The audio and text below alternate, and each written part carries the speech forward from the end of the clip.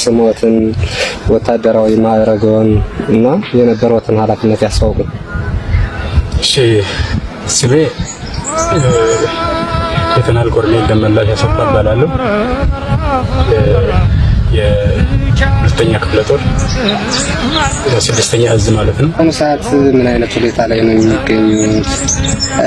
የምግብ የመጠጥና አንዳንድ የደህንነት አያያዝ ሁኔታ ምን ደረጃ ላይ ነው ያለው? እንዴት ነው ከተያዙ እስካሁን ያለው ሁኔታ?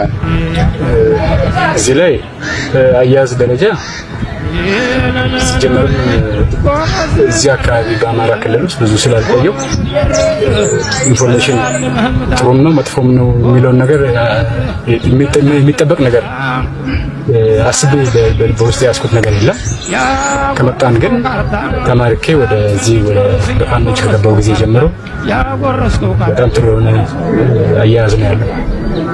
በጣም ጥሩ የሆነ አያያዝ ነው።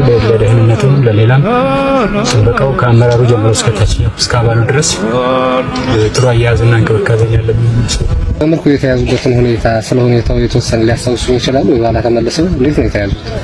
ውጊያው የተካሄደው እሑድ ነው። እኛ ቅዳሜ ማታ ሁሉን ነገር ሰምተናል። ለራሳችን አመራሮች ነው የተነገረን እና ውጊያው እንደሚካሄድ እናውቃለን። የሚመጣው ኃይል ከኛ ኃይል በላይ ተዋጊው ኃይል በውጊያም ሆነ በሰው ኃይል እኛ ከያዝነው ሰው ኃይል በላይ ነው እና እሑድ ጠዋት ውጊያውን በተባለው ሰዓት ተጀምሯል። እኔ የተማረኩበት ሁኔታ ባጭሩ በውጊያ የበላይነት ነው። በቃ በወቅቱ የፋኖ የውጊያ የበላይነት ነበር። እኔ ባጭሩ ላስቀምጥ የሚችለው ነገር ይሄ ነው። በአደረጃጀቱ ራሱ በሰው ኃይሉ በውጊያ ብቃቱ በወቅቱ ብልጫ ነበር። በብልጫ ነው እኔ የተማረኩት። አያያዙ ሰብአዊ መብትን ከመጠበቅ አኳያ የምርኮ አያያዝ ደንብን ከማሟላት አኳያ የታዘቡት ነገር ምን አለ? የምርኮ አያያዝን በተመለከተ ያው በተለየ እኔ ከዚህ በፊት ተማርኬ አላውቅም።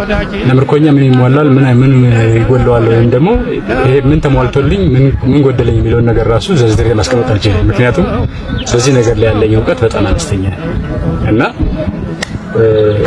እንደማንኛውም ሰብአዊ መብት የሚባለው ነገር ኢንተርናሽናል ስለሆነ በዚህ ጉዳይ ላይ ምንም የተጓደለብኝ ነገር የለም።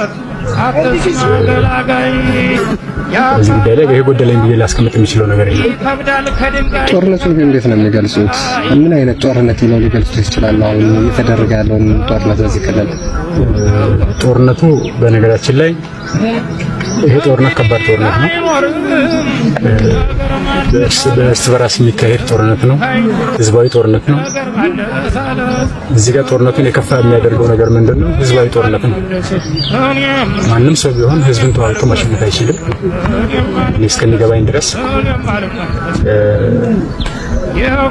ህዝቡ የተነሳበት ጦርነት ነው።